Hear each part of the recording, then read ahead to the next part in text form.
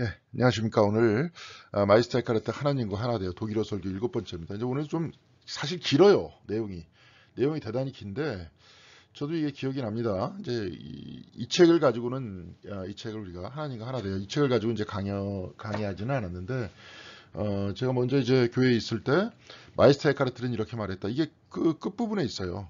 이 저 마르다하고 마리아 이 둘을 비교하는 것은 이 끝부분에 있는데 그때도 아마 이제 이걸 굉장히 여러 번에 걸쳐서 했었던 걸로 기억합니다. 그런데도 이제 뭐 내용을 이제 이해하고 있으면 짧게 그냥 제가 오늘 간단하게 마리아와 마르다는 어떤 사람을 뜻한다. 사실은 보통 이제 중세 때까지는 이제 두 가지의 어떤 삶이 있다고 이렇게 표현을 했어요. 이건 뭐냐면 관상적인 삶. 이제 여기서도 이제 마이스터 에카르트가 얘기한 것이 이렇게 나오죠. 사실 마이스터 에카르트는 What we plant in the soil of contemplation. 이게 뭐냐? contemplation이 관상이거든요. 그러니까 이제 침묵기도입니다. 우리는 그 침묵기도의 그 어떤 흙에 우리는 심는다는 거예요. 침묵의 흙 안에 심는다. 그러니까 우리는 침묵하면서 하나님과 만난다는 거죠. 그러면 우리는 shall reap 거두어 드린다는 거예요. In the harvest of action. 우리는 행위에 추수를 거두어 드린다는 거예요. 그러니까 하나님 안에서 우리가 침묵으로 잠잠히 머물러 있고 그것이 침묵으로 그냥 끝나면서 그 안에서 뭡니까? 하나님 안에서 어떤 그 즐기는 쾌락이라든지 기쁨이라든지 어떤 영적 쾌락이라고 할 수 있겠죠. 어떤 즐거움이라든지 거기에 빠져들면서 그 자리에 머물러 있는 것이 아니라 우리는 그것이 행동에 어떤 추수를 거둬야 된다는 거예요. 행동으로 나와야 된다는 거죠. 이게 굉장히 중요한 겁니다. 왜냐하면 지금 우리가 이제 그 뭡니까 그 로마서를 읽고 있지만 로마서 안에서 결국은 행위와 믿음을 두 가지로 구분하는 것처럼 보이잖아요. 그렇죠? 근데 실질적으로 이 두 가지를 구분하면서 개신교가 나오면서 그 다음에 행위에 대해서는 이야기를 일절 하려고 하지는 않았어요. 그냥 믿으면 된다 이렇게만 얘기했죠. 예. 그래서 믿으면 된다 하면서 그냥 아무 행위도 하지 않는 그런 신앙이 돼버렸다는 거죠. 우리가. 그러니까 이제 웨슬리 같은 경우에는 일종의 어떤 행위가 있죠. 행위. 이게 이제 우리는 성화라는 그런 표현을 쓰는데 성화. 예. 사실 이런 이제 성화라는 행위 때문에 뭐 개혁교회에서 많이 오해를 합니다. 왜냐하면 행위 자체를 별로 안 좋게 보기 때문에. 그런데 생각을 해보세요. 행위 안 하고 우리가 살 수 있나? 예. 그러니까 하나님을 믿는다. 이 성경책 안에서도 주님께서 열매로 한다. 그렇게 얘기했잖아요. 열매는 어디에서 비춰지는 거예요? 행위잖아요. 좀 이따가 마이스터 에카르트 같은 경우에는 행위라는 것은 안에서부터 바깥으로 흘러나오는 것이다. 이런 표현을 씁니다. 예. 그러니까 곧 영혼 안에서 바깥으로 행위하게끔 만드는 것. 예. 이렇게 얘기를 해요. 이제 그런 부분 안에서 우리가 이제 좀 살펴봐야 된다. 이런 얘기입니다. 그러니까 이제 굉장히 중요한 분입니다. 마이스터 에카르트는. 예. 그러니까 이제 그 개신교에서는 캐톨릭하고 이렇게 분리가 되면서 모든 행위라는 것을 어떤 전통적 행위, 캐톨릭 안에서 뭐 성사라든지 뭐 이런 전통적 행위와의 분리를 통해서 말씀 안에 머물러 있으면서 하나님을 믿는 믿음이라는 것이 곧 우리를 구원한다 이렇게 얘기를 했죠. 물론 이제 그때 당시에는 그렇게 얘기한 게 의미가 있지만 지금 이것이 이제 우리가 어떤 윤리적인 실천에 관계된 이야기, 기독교인으로서 그럼 어떻게 선하게 살 것인가에 대한 이야기에 대해서 별로 응답하지 못하고 있는 거예요. 그냥 믿음만 강조하니까. 지금은 이런 패단이 생기는 겁니다. 다 인간이 다 한계가 있기 때문에 그때는 이제 이런 것들을 다 보지 못했죠. 이제 뭐 자연스럽게 기독교인이라면 그렇게 행동해야 되는 것 아니냐 이렇게 이야기를 했는데 그렇지 못했기 때문에 오늘과 같은 그 말씀이 중요합니다. 마르다가 마리아보다 굉장히 더 위에 있는 사람이다. 이런 식으로 이건 뭡니까? 에카르트는 이야기를 해요. 이전까지는 이제 마르다는 주님을 향해서 주님을 집중하는 그런 사람이라고 이제 마리아를 이야기했고 마르다는 여러 가지 생각 속에서 복잡해서 왜 쟤는 그냥 저기서 주님만 쳐다보면서 일만 하느냐 나는 바빠 죽겠는데 나한테 좀 일 좀 시키라 그래라. 그러니까 주님께서 마르다한테 뭐라 그랬잖아요. 너는 마르다야 그러면서 너는 여러 가지 일로 마음이 분주하다. 그렇지만 마리아는 한 곳, 곧 하나님에 집중하고 있었다. 곧 나한테 집중하고 있었다. 그러니까 그것 하나라도 쟤는 뭐예요? 마리아는 충분히 보상을 받고 있는 거다. 이렇게 얘기를 하면서 그걸 중심으로 이야기를 했지만 에카르트는 뒤집습니다. 그 이야기를. 마르다가 오히려 더 성숙한 사람이다. 그러면서 마르다야 두 번이나 얘기했던 것은 예수님께서 마르다의 현실적인 그 어떤 삶과 영혼에 대한 이야기를 다 통틀어서 얘기한 것이다. 그렇기 때문에 마르다는 내적인 영혼과 외적인 실천을 하나로 통합한 사람이다. 그러니까 훨씬 더 성숙한 사람이다. 나중에 마리아 같은 사람이 마르다와 같이 되는 거다. 실질적인 봉사를 하고 활동하면서 그 안에서 하나님을 발견하는 사람이다. 이제 이렇게 이제 마이스터 에카르트는 얘기합니다. 놀라운 게 중세 때는 거의 대부분 마리아를 두둔했었던, 그러니까 마리아는 곧 컨템플레이션이라 했잖아요. 어떤 관상적 삶, 마르다는 액션, 행동의 삶. 이렇게 얘기하면서 행동의 삶이 관상의 삶에 비해서, 즉 침묵 기도의 삶에 비해서 훨씬 더 좀 낮은 단계의 삶이다. 이런 식으로 이제 마이스터 에카르트는 저 중세 때는 얘기했는데, 마이스터 에카르트는 그 중세 때 이게 보편적인 생각들을 다 뒤집고, 이게 뭡니까? 행동이라는 것들은 안에 영적인 행동이 마르다의 행동이라는 거죠. 그냥 안에서의 영적 체험들이 바깥으로 나오는 것이다. 이제 이렇게 이야기를 하면서 마르다를 두둔하고 있습니다. 오늘 그 논리를 한번 살펴보면서 우리 한국 교회도 마찬가지고 우리의 신앙생활에도 좀 귀감이 돼야 되는 그런 이야기가 아닌가 이렇게 생각을 합니다. 예, 다음 보겠습니다.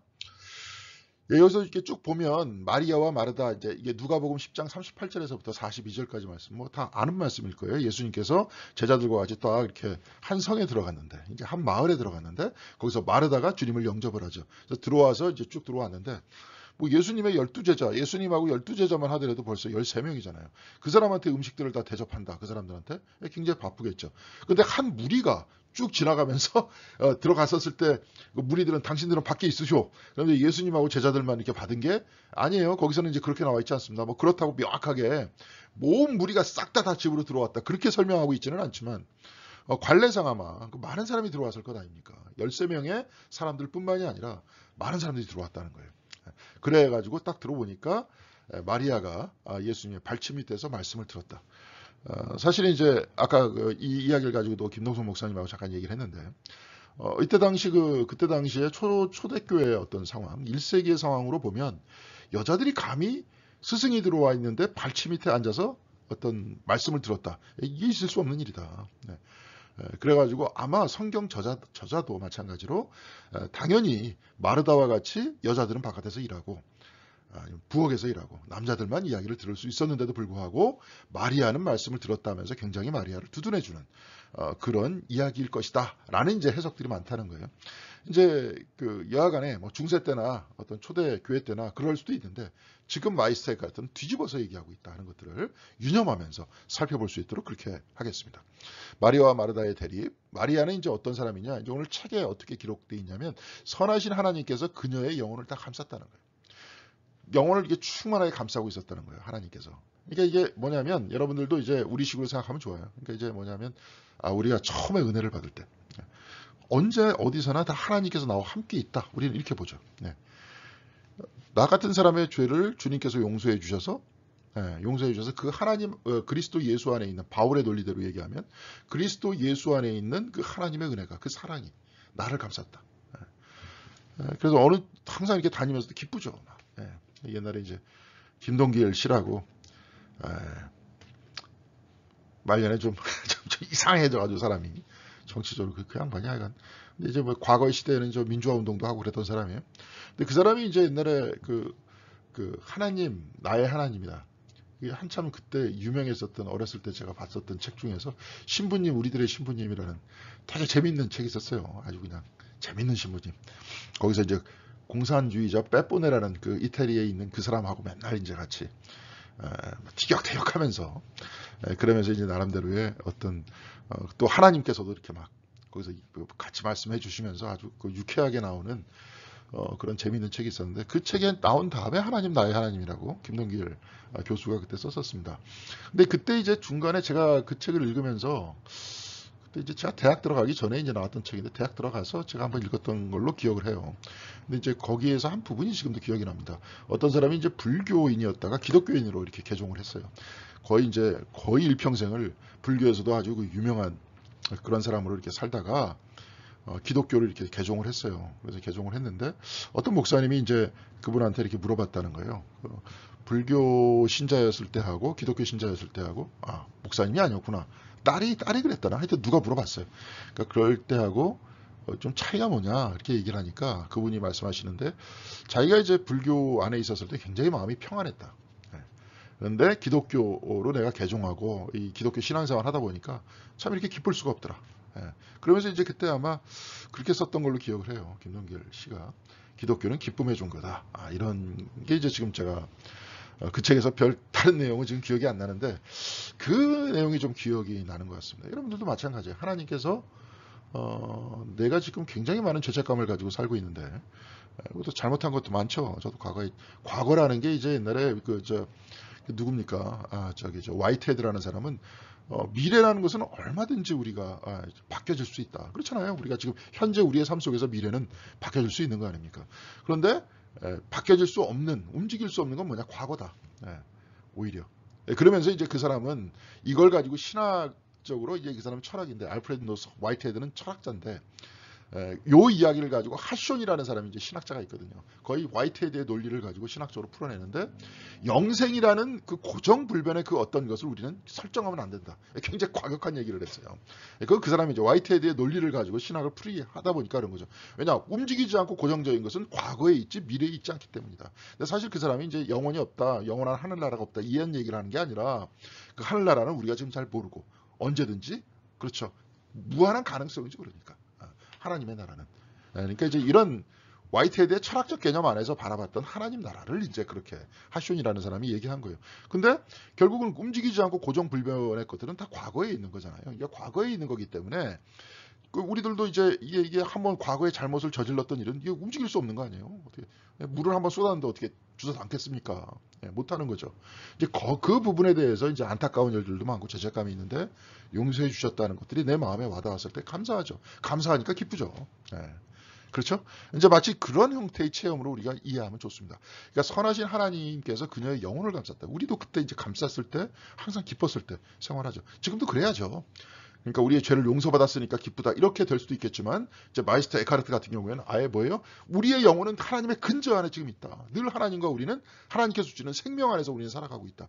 이런 이제 우리가 매튜 폭스를 읽었지만 창조 중심의 영성 안에서 이제 그렇게 막 얘기가 되고 있지 않습니까? 이제 그걸 우리가 마음에 또 딱 와닿을 때는 매 순간 우리는 그걸 의식하며 살아야 되니까 기쁘죠. 여하간에 그랬을 때 이제 기뻤고요. 둘째 형언할 수 없는 또 갈망이 있었다. 이 갈망은 자기가 뭘 갈망하는지도 모르고 갈망했다라고 책에 나와 있습니다.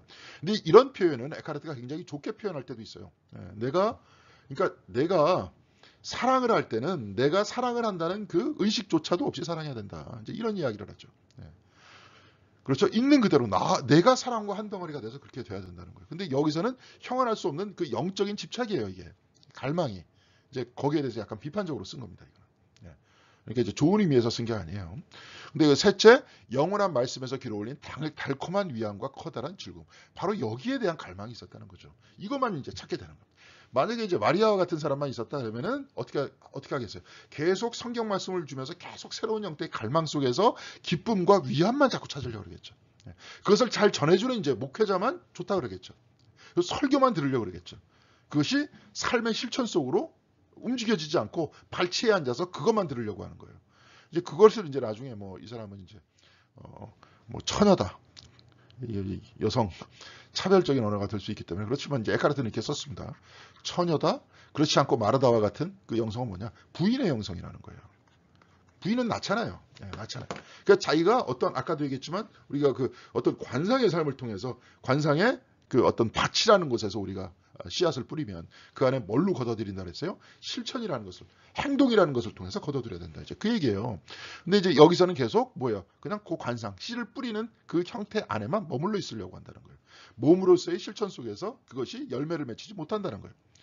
그러니까 대부분 이제 이걸 딱 보면서 개혁 신학이다. 이제 우리가 얘기했던 어떤 믿음으로만 구원받는다. 루터의 이야기를 딱 갖다 붙이면 그렇게 되는 거예요, 그냥.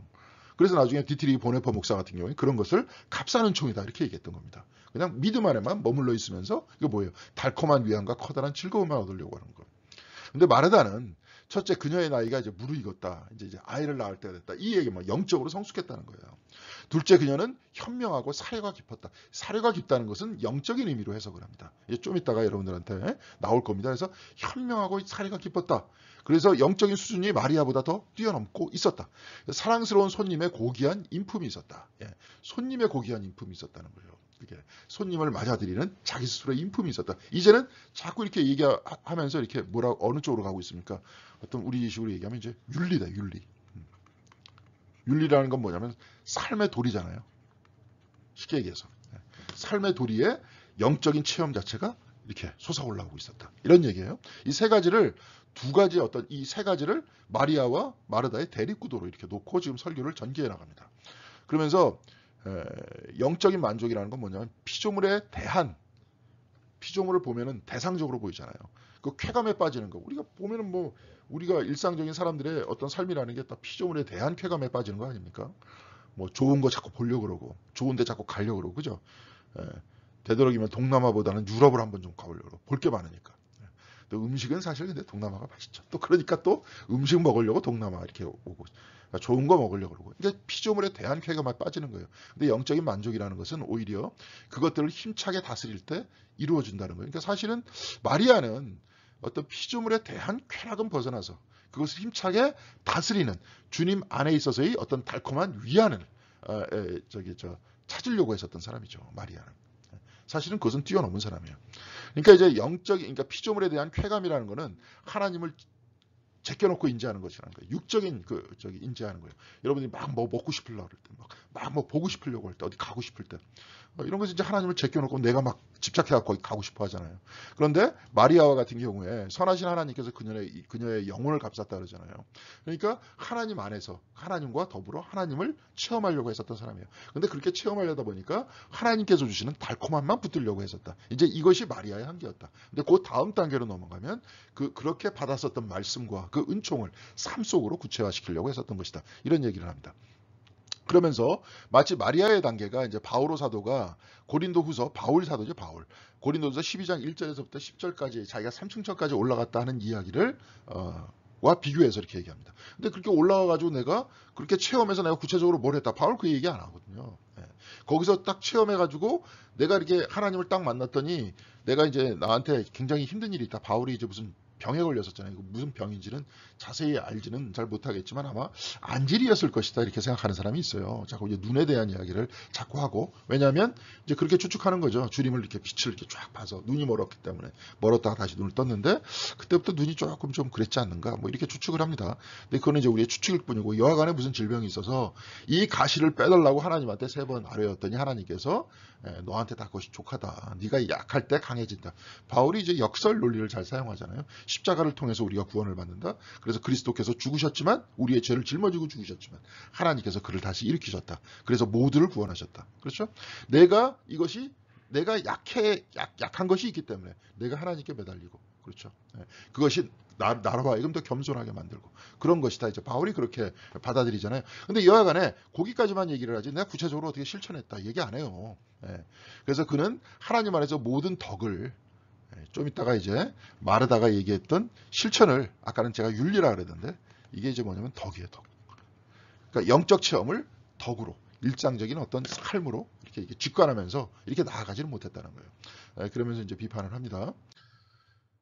그래서 여기서 이제 마르다의 그 이야기를 쭉 얘기하면서 마르다의 요구는 마리아가 영적인 이익보다 쾌감을 더 추구하고 있다라고 얘기하면서 마리아로 하여금 나를 좀 돕게 해달라. 여기서 주님한테 가서 마르다가 얘기하잖아요. 저 마리아가 내 일을 좀 돕게 해달라. 그 얘기는 뭐냐면 또 좋게 얘기하는 거예요. 자기가 힘드니까 짜증나니까 나는 그냥 맨날 일하는데 쟤는 혼자서 그냥 좋은 것만 듣고 있냐.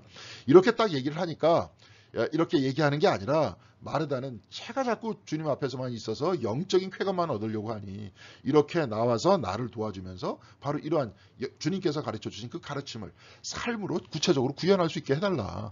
그렇게 얘기했다는 거예요. 그래서 주님 마리아더러 저를 도우라고 일러주십시오. 이 얘기는 뭐냐면 주님 마리아는 당신 곁에 앉아서 당신이 주시는 위안을 받기만 하면 자기가 바라는 것을 할 수 있다고 생각하는 것 같습니다. 마리아는 갈망적으로 영적 이익보다는 쾌감 때문에 그 자리에 앉아 있는 겁니다. 이제 이렇게 얘기하는 거라는 거예요. 그러니까 좋게 해석해 주죠. 마르다를. 그러니까 마이스타의 가르트는 이것을 보면서 다른 부분을 봤다는 거죠. 지금 오히려 우리 시대에 우리에게 필요한 이야기를 봤다는 거예요. 자, 우리가 기독교인이고 마음으로 하나님을 믿는다 이렇게 얘기하면서 우리의 삶이 그러면 모범이 돼야 될 거 아니에요. 말은 이제 모범이 되어야 된다. 썬데이 크리스찬이 되면 안 된다. 말은 우리가 이렇게 얘기합니다. 근데 어떻게 할 거예요? 어떻게? 우리는 그 훈련을 해야 돼요. 사실 우리가 이제 속회하면서 올해는 이제 웨슬리에 대해서 자꾸 얘기할 건데 아까도 저희가 얘기했는데 웨슬리가 개혁교회와 다른 굉장히 중요한 요소는 뭐냐? 성화라 그랬잖아요. 성화는 뭐예요? 칭의를 뭘로 만드는 거예요? 삶으로 만드는 거잖아요. 그래서 그리스도인의 완전이란 편. 그리스도인의 완전이라는 표현을 썼어요. 그런 삶을, 우리 삶이 우리가 완전해질 수 있느냐? 그럴 수는 없죠. 우리가 어떻게 뭐 완벽합니까? 그럼에도 완전을 향해 간다라고 얘기할 수 있겠죠. 마치 바울이 뭐예요? 표대를 향해서 나아간다 얘기할 수 있듯이. 네. 그러면서 우리의 영과 육의 실천을, 지금 저 에카르트가 얘기했듯이 영적인 체험들을 겉으로 행위로, 즉 아까도 이제 에카르트 같은 경우는 덕이라고 표현을 했지만 덕으로 구체화시킬 수 있는 거예요. 그러면서 우리의 몸 속에서, 우리의 삶 속에서도 하나님께서 사시게 만들어야죠. 우리의 내면 안에서만 자꾸 하나님의 살게 하지 말고, 그러면서 자꾸 분리시키지 말고, 이제 그런 얘기죠. 자, 그래, 딱 이렇게 마르다가 얘기하니까, 마르다야, 너는 많은 일에 마음을 쓰고 있다라고 이야기를 하는데, 여기에 많은 일에 마음을 쓰고 있다는 말을 사려가 깊다라는 말로 이해를 하면서, 마르다야, 너는 참으로 사려가 깊구나. 이렇게 이제 주님께서 말씀하셨다. 이렇게 이제 에카르트는 받아들입니다. 그분은 어찌하여 마르다를 두 번이나 부르셨을까? 이때 당시에 이제 우리가 이 중세 때 성경을 해석하는 방식은, 여러분들도 이게 쭉 보면서 이제 막 그럴 거예요. 뭐 나다나엘, 제가 여기서 다 쓰지 못했습니다. 이번 설교가 좀 길어서. 나다나엘 보고 네가 저 무화과 나무 밑에 있는 것을 봤다 이렇게 얘기를 하는데, 에카르트는 그 무화과 나무를 뭐라고 해석을 하냐면, 무화과 나무는 하나님을 상징합니다 이렇게 얘기를 합니다. 이 책에서. 네. 오늘 우리가 똑같은 설교 본문에서, 그러니까 마르다야, 누군가의 주님께서 이름을 부르신다. 이름을 부르신다는 것은 결코 주님의 마음에서 결코 사라지지 않는다는 것을 뜻한다. 굉장히 위안이 되는 말씀이죠. 네. 주님께서 나의 이름을 부르신다. 나를 아신다는 것은 결코 생명책에서 지워짐이 없다. 네. 그것이 곧 영원하다 하는 것을 뜻한다는 거예요.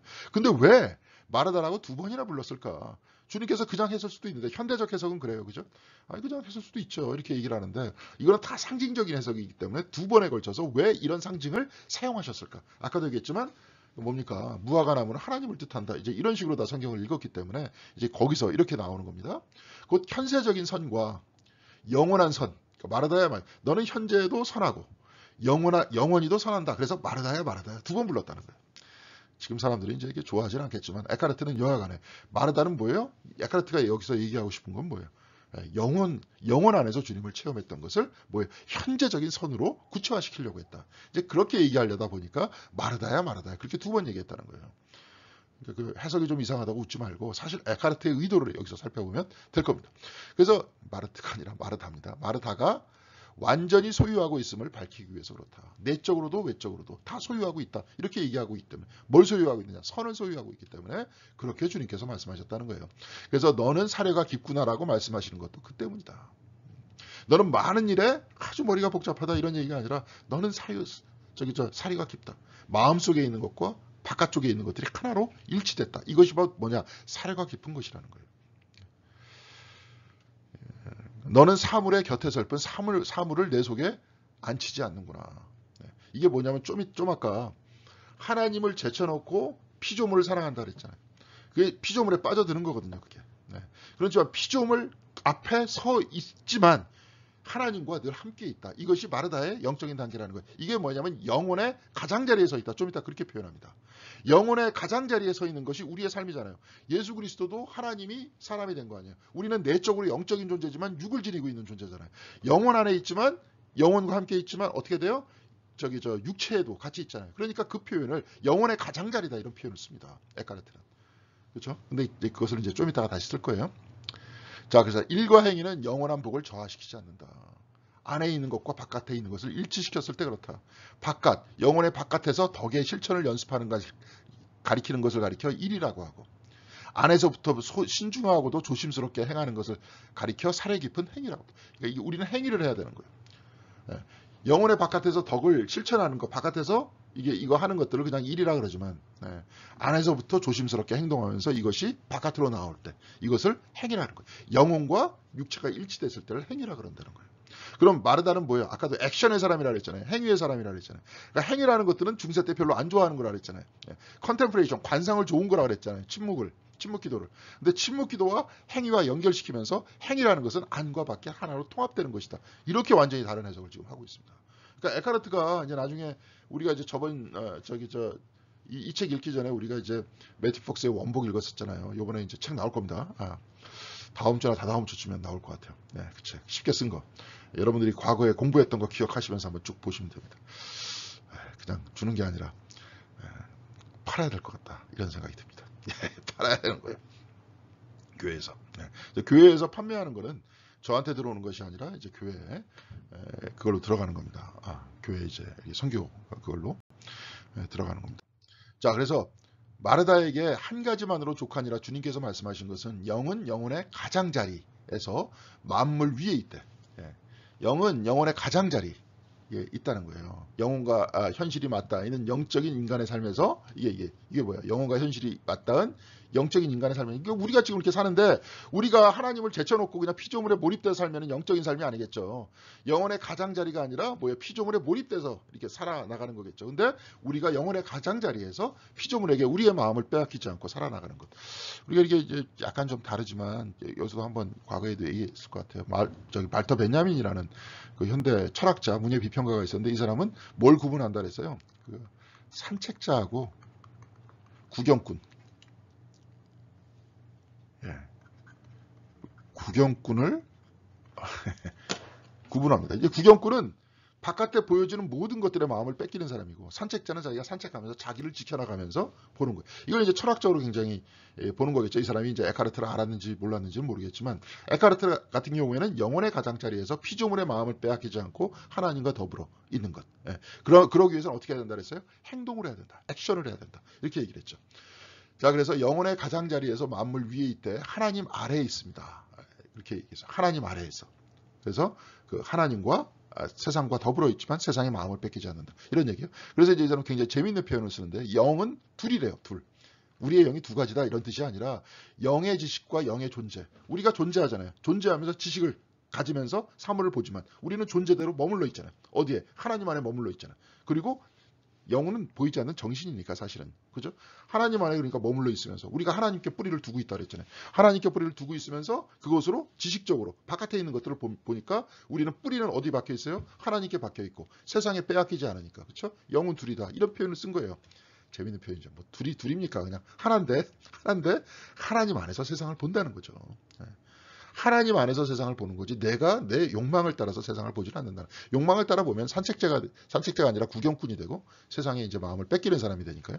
그래서 하나님이 영적으로 보이는 곳에서만 우리는 아무 상 없이 모든 상을 여의고 하나님을 볼 수 있대요.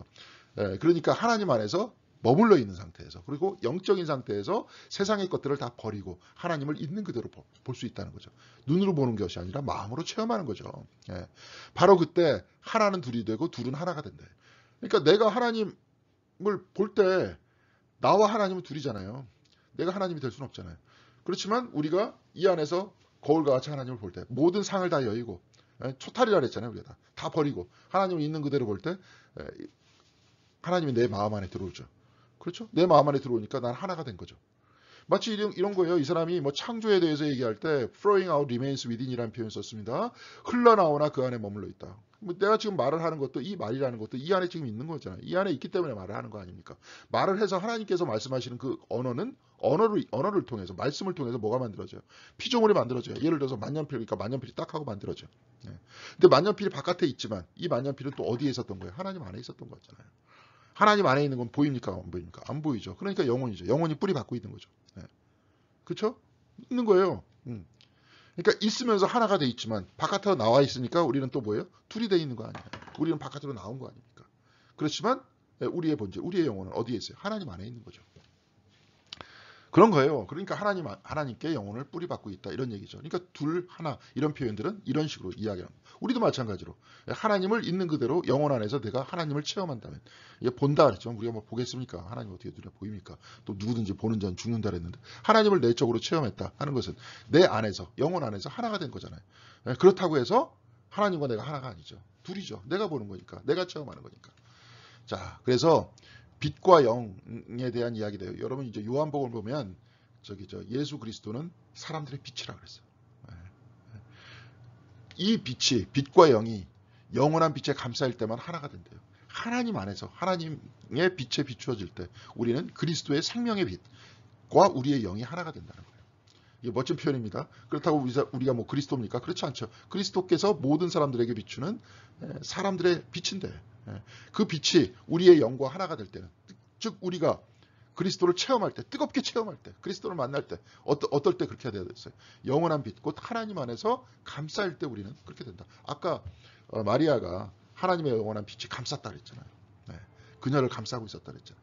그러니까 하나님 안에 이렇게 감싸고 있을 때 우리가 딱 그런 느낌이잖아요. 내가 하나님 안에 있다 하는 것을 느낄 때, 느낄 때 그리스도의 빛과 우리에게 생명 주시는 그리스도와 우리가 하나가 된다. 지금 여러분들 무슨 말씀인지 아셔야 될 거예요. 내가 그리스도란 소리 아니라 그랬어요. 그렇게 되는 거예요. 자, 그래서 영원히 하나님께 이르는 길은 세 가지다. 첫째, 피조물 가운데서 온갖 일을 하며 불타는 사랑으로 하나님. 피조물과 이 하나님과는 이제 둘이 분리되어 있지만 불타는 사랑으로 내가 하나님께 다가가려는 거. 이게 가장 이제 학급이에요, 학급. 이건 굉장히 중요한 거지만 내가 막 하나님께 불타는 사랑이 있을 때. 둘째, 상 없이 무심코 자기와 만물을 뛰어넘지만 그 상태가 본질적으로 지속되는 것은 아니다. 상 없이, 그러니까 피조물에 대한 온갖 이미지가 없이 하나님을 있는 그대로 내가 체험할 때. 좀 아까 금방 얘기한 겁니다. 근데 이런 것이 이런 신비 체험이에요, 이게. 한마디로. 아까 뭐 바울이 3층천에 올라갔다. 신비 체험이에요. 에카르트도 신비주의자지만. 남들이 신비주의자라고 얘기해서 이제 그럴 수도 있겠지만 하여튼 그렇지만 이런 것들이 오래 못 간다 이런 표현을 씁니다. 제일 중요한 것은 뭐냐? 하나님 안에 있어야 된다. 이게 뭐냐면 삼위일체 안에 있어야 된다라는 표현을 써요. 이게 뭐냐면 그리스도를 통해서 이렇게 쭉 얘기하는데 결국은 삼위일체를 통해서 보는 거예요. 하나님의 존재 속에서 하나님을 직접 뵙는 겁니다. 그리스도 안에서 하나님 안에서 하나님을 직접 뵙는 거예요. 자, 우리가 삼위일체의 교리가 있는 이유는 뭐 셋이 하나고 하나가 셋이다 이게 아니라 우리가 성령 하나님께서 우리를 그리스도를 나의 구세주로 인정하게 만들고 그리고 내 삶의 구체적인 모범으로 만들어요. 그렇죠? 받아들이게 만들어요. 누가? 성령 하나님께서. 성령 하나님께서 그리스도로 가게 만들고 그리스도께서는 우리를 인도하셔서 아버지께로 가게 하는 거예요. 이게 삼위일체의 목적인데 지금 똑같이 지금 이 얘기를 하고 있는 거예요. 에카르트는. 하나님 안에서 하나님을 뵈야 된다는 거예요. 삶 속에서. 그러니까 삶이니까 내 실천 속에서 봐야 되는 거죠. 내가 속으로만 아하 그렇구나 하면서 하나님을 직관적으로 기도 속에서만 체험하는 것이 아니라 내 삶 행동 하나하나도 다 누구 안에 있어야 되는 거예요? 삼위 하나님 안에 있어야 된다는 거죠. 이게 그 얘기예요. 그래서 하나님 안에서 즉 그의 길 위에서 길이요 진리요 생명이잖아요. 그리스도의 길 위에서 모두 그분의 말씀의 빛으로 인도되고 그렇죠? 이거는 뭐예요? 이제 성령으로 인도되고 성령의 사랑에 둘러싸이면서 그리스도의 길을 통해서 아버지께로 가는 거죠. 이게 삼위잖아요. 그러니까 이렇게 쭉 내가 삼위 하나님 안에서 활동하고 내가 내적으로 체험하고 활동한다 보니까 내가 바깥에 설 수도 있고 이게 굉장히 재밌는 표현인데 이 말에 이제 말장난에 빠져들지 마세요. 바깥에 설 수도 있고 안에 설 수도 있고 하나님 안에 있을 수도 있고 내가 그렇다고 하나님은 아니잖아요. 그렇죠. 그러니까 하나님 바깥에 있지만 내가 하나님 안에 있는 거 아닙니까? 그렇죠? 잡을 수도 있고 잡힐 수도 있고 내가 성령에 붙들릴 수도 있고 내가 주님을 믿고 붙들고 또한 붙들리면서 내가 하나님께로 나아간다는 거죠. 그죠? 삼위 하나님 안에 있으니까. 볼 수도 있고 보이는 대상. 내가 하나님에 의해서 보이는 대상이 되면서 내가 삼위 하나님 안에서 그리스도를 뵙고 성령 하나님을 뵙고 아버지 하나님, 성부 하나님을 향해서 나아가는 거 아닙니까? 뭐 붙잡힐 수도 있고 이게 얼마나 대단한 일이냐. 그러니까 우리가 삶과 같이 가야 된다. 내적 체험만 자꾸 얘기하면서 이게 오래가지 못하는 거 자꾸 붙들고 있으면 안 된다. 여러분 제가 아까 그랬잖아요. 주님 제일 처음 만났을 때 내가 마음이 뜨거웠고 기뻤는데 왜 여태까지 안 기쁘겠어요? 에카르트의 어떤 진단대로 얘기하면 삶이 같이 가지 않아서 그런 거예요. 예? 삶과 내적인 체험이 분리되어 있어서 그런 거예요. 그러니까 웨슬리식으로 얘기하면 성화되지 않아서 그런 거예요. 그냥 믿음만 강조하다 보니까 그런 거예요. 그게 결국은 그런 신앙이 가는 길은 다 그렇게 간다는 거죠. 자, 마르다와 하나님의 벗들은 근심 곁에 서기만 할 뿐 근심 속에 빠져들지 않았습니다. 영원 바깥에 있었다 그랬잖아요. 영원 근접한 영혼의 가장자리에 있었다. 참 영혼의 가장자리에 있었다. 이러면서 하나님을 놓치지 않으니 근심을 보기만 해도 빠져들지 않았다. 나는 산책자는 되니 구경꾼은 되지 않았다. 그 얘기죠. 영혼의 가장자리 아까 그래서 얘기했습니다. 그것은 마르다가 근심과 걱정에 저급한 감각에 노출되지 않았다. 그러니까 마르다가 가가지고 저 마리아 나 도와달라 그러십시오 그러면서 막 근심하는 것 같고 막 이랬지만 사실은 그런 게 아니었다. 에카르트는 그런 표현을 쓰는 거죠. 그러면 않았음에도 불구하고 영을 맛보아 알았기에 마리아처럼 응석바지가 되지 않았다. 삶 속에서 언제나 영혼의 가장자리에서 하나님과 더불어 있으면서 동시에 세상의 마음을 빼앗기지 않았기 때문에 그렇게 성숙한 사람이 됐기 때문에 마리아와 같은 응석바지 맨날 그냥 말씀만 들으려고 그 안에서 쾌감만 어떤 기쁨만 얻으려고 하는 그런 사람이 되지 않았다는 거예요. 그래서 이제 행동에 대해서 구체적인 지침을 얘기합니다. 세 가지를 유념하십시오. 질서 있게 행동해라. 통찰력 있게 행동해라. 그리고 지혜롭게 행동해라. 이런 얘기입니다. 그러니까 우리는 이제 이런 이야기들을 많이 해야 돼. 교회에서도 사실은. 어떻게 행동해 하십시오. 구체적으로. 삶 속에서 이렇게 살아야 됩니다. 예. 그렇죠? 우리 그렇잖아요. 그러면 우리가 기독교인으로서 하나님의 피조된 세상을 이렇게 딱 봤다. 그럼 거기에 대해서 창세기에서 책임을 다해라. 너희들한테 다 주겠다. 그럼 우리가 피조물과 더불어 어떻게 살 것인가를 얘기해야 될 거 아니에요. 옛날 그냥 죽은 다음에 내가 천국 가는 것만 그 신학만 가지고 있으면 구체적인 행동 같은 게 안 나올 거 아닙니까? 교회에서 생명평화, 생명이라는 것은 무생명에 대한 우리 인간의 책임을 가지고 얘기하는 건데 네. 거기에 대해서 얘기할 수 없게 되지 않습니까? 네. 그래서 구체적으로 우리의 믿음이 평화롭게, 평화라는 것은 샬롬인데 샬롬이라는 것은 믿음을 뜻하는 거거든요. 구원을 뜻하는 거거든요. 이스라엘 말에 샬롬, 평화는 꼭 구원입니다. 네. 구원의 평화입니다. 네. 하나님께서 우리를 구원해 주셨다. 여러 가지 있죠. 이스라엘 사람들이 억압에서부터 우리를 구원해 주시는 걸 수도 있고 또 이제 기독교로 넘어오면서 영생에 대한 우리의 구속일 수도 있고 삶에 대한 불안에서부터의 구속일 수도 있고 예. 그러면서 그 평화라는 거는 그냥 그런 형태의 또 그 내적인 평화만 얘기하는 것이 아니라 또 이웃 간의 평화, 생태계와의 평화를 얘기하잖아요. 다 구체적으로 삶 속에서 열매를 맺혀야 된다는 거예요. 그래서 우리 교회는 그래서 생명 평화인 거예요. 믿음이다 믿음이다 그래서 안쪽으로만 자꾸 하는 게 아니라 에카르트도 지금 그래서 이렇게 얘기를 하는 겁니다. 우리한테 그래서 굉장히 필요한 얘기다. 그래서 이제 영적인 삶, 우리의 삶에서 구체화되는 영적인 삶이 대단히 중요한 얘기다. 이제 이런 얘기죠. 그래서 그리스도의 답변은 마리아의 미래를 가르쳐 한 말이다. 이런 얘기예요. 마리아도 구체적으로 마르다처럼 된다. 마르다는 영혼의 가장자리에 머무르게 되었음에도 불구하고 이간하는 수단과 같은 무언가의 방해를 받자마자 또 그래도 나름대로 근심했다. 그렇게 근심하더라도 삶 속에서 그리스도께서 사시게 하고 하나님 안에서 살면서 우리가 또 알아차리면 되죠. 네. 하지만 마르타는 신실한 덕과 그 무엇에도 개의치 않는 호방한 기질을 가지고 있었다. 뭐 이게 하여튼 칭찬하는 거죠. 그녀가 자기의 동생과 자기와 똑같은 상태에 있기를 바란 것도 바깥의 삶 속에서도 우리가 끊임없는 유혹을 당하지만 영혼의 가장자리에서 그렇죠. 하나님과 더불어 같이 있으면서 이 세상을 이겨나가는 것. 그렇게 이제 마르다의 어떤 삶이 마리아의 삶이 되기를 원했다는 거예요. 계속 그냥 그 온실에만 앉아있지 말고 이제 그런 얘기죠. 그래서 마리아에게 필요한 것은 한 가지뿐이다. 주님께서 마리아는 한 가지를 선택했다. 한 가지뿐이다 이렇게 말씀했는데 그걸 가지고 하나는 곧 하나님이다. 모든 피조물에게 필요한 것은 바로 하나다. 하나님이 필요하다. 그래서 하나님이 필요하니까 하나님을 붙들고 삶을 살아내는 것. 이것이 마르다의 삶이었다. 이제 이런 얘기입니다. 그래서 고지식한 사람들이 이제 이거는 굉장히 신비적인 사람들. 어떤 면에 있어서 영과 육을 이제 두 가지로 나누면서 오히려 영적인 쾌감만에 놓여 있으려고 하는 사람들. 수도원 안에서 하나님과 그냥 그것만 하려는 사람들. 그런 사람들이 이제 얘기하는데 이게 뭐냐면 자신들이 감각적인 것들의 현존을 더 이상 중요시하지 않는 경지까지 나아갈 수 있다. 나는 이제 감각적으로 뭘 들리고 누가 옆에서 찌르고 막 그래도 난 신경 안 써. 난 들리지도 않아. 나 깊이 기도하면. 그런 사람 있을 수 있겠죠. 그렇죠? 요즘에. 하지만 그들은 결코 성공할 수 없대요. 이런 식의 영성을 추구하면. 나는 고막을 찢는 듯한 새소리와 달콤한 현악 연주만큼 내 귀에 기분 좋게 들리는 경지에 도달하지 못한다. 이 두 가지를 현악 연주를 들으면 나는 참 달콤하다. 그때 당시에는 그 음악 같은 걸 별로 중요시 안 여겼거든요. 이게 잘못하면 이게 거기에 이게 내 마음 뺏긴다 그래서. 그래서 내 마음 그쪽으로 가가지고 마음이 막 동요가 되고 좋고 쇳소리 들으면 싫다. 근데 사람들은 모름지기 하나님께서 주신 사려 깊은 의지로 하여금 모든 육체적 쾌락과 관계를 끊게 해야 된다. 의지를 또 붙들어야 된다. 삶 속에서 얘기하는 거예요. 그렇게 한 뒤에야 우리의 해안은 그 날카로운 쇳소리를 감지하여 우리에게 쇠시 소리가 죄송합니다. 이거 아까 봤는데 쇳소리입니다.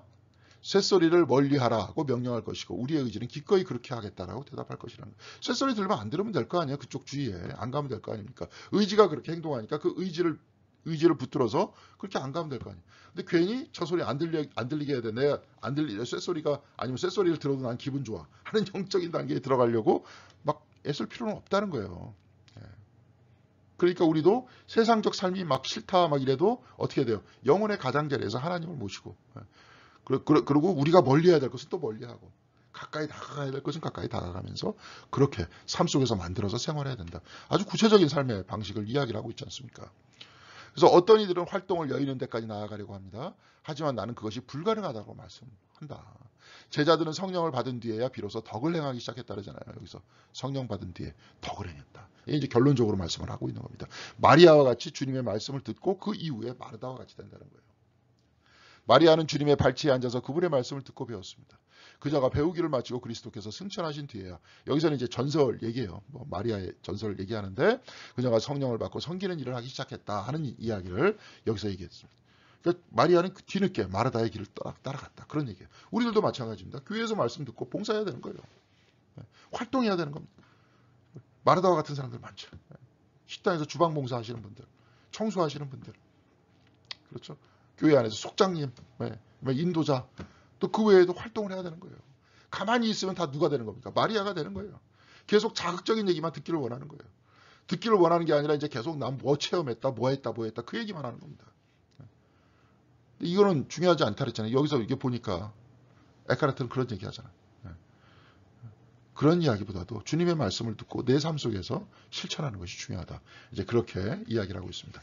자, 7번째 설교, 오늘 이게 사실 설교가 좀 길기 때문에 이렇게 좀 나눠서 하려고 했는데, 이게 중요한 부분만 요점적으로 분석을 했습니다. 이렇게 여러분들한테 말씀드렸고요. 이 이야기를 듣고 또 혹시 책을 읽으면서 중간중간에 이해 안 가시는 분이 있으면 언제든지 우리 카톡방에서 질문하셔도 되고 저를 찾아오셔도 됩니다. 이 다음에는 8번째, 예수님이 12살 되던 해에도 누가복음 2장 42절에 이제 12살이 됐을 때 어디입니까? 주님께서 이제 6월절 그때 행사 때, 그렇죠? 그때 대속죄일 날 가서 예수님을 이제 딱 잃어버리죠. 엄마하고 아빠하고. 그래서 예수님을 찾게 되는 이제 그런 내용을 한번 살펴볼 수 있도록 그렇게 하겠습니다. 여러분들 수고하셨고요. 어려운 책 하여튼 읽으시느라고 고생 많으시는데 이렇게 이해해가면서 읽으니까 또 그래도 쾌감이 좀 있고 기쁨이 좀 있을 거 아닙니까? 또 오늘도 새롭게 이렇게 특히 실천이 이렇게 중요하다는 것을 배웠으니까 여러분들 삶 속에서 그럼 어떻게 실천할까? 특히 속회 때 모여서 같이 실천하고 교회 안에서 봉사하고, 그럼 이 봉사를 교회 밖으로 어떻게 선교를 통해서 봉사를 통해서 실천해 나갈까? 이런 것들 고민하면서 우리의 영성이 그만큼 어떻게 돼요? 성장하는 거죠. 성장하면서 그렇게 나아가면서 또 우리의 삶 속에서 하나님이 살아있게 만들고, 그러면서 하나님과 더불어 사는 그런 영성이 될 거 아닙니까? 그러면서 과거에 이제 그냥 마음속으로만 과거에만 그냥 느꼈었던 마음속 내적인 신앙 안에만 이렇게 집착하는 것이 아니라 나의 삶 속에서 활동 속에서 하나님과 더불어 사는 성숙한 신앙인이 되지 않을까, 오늘과 같은 마르다와 같은 신앙인이 되지 않을까 그렇게 생각을 합니다. 여러분들 수고하셨고요. 다음 시간에 다시 뵙도록 하겠습니다. 감사합니다.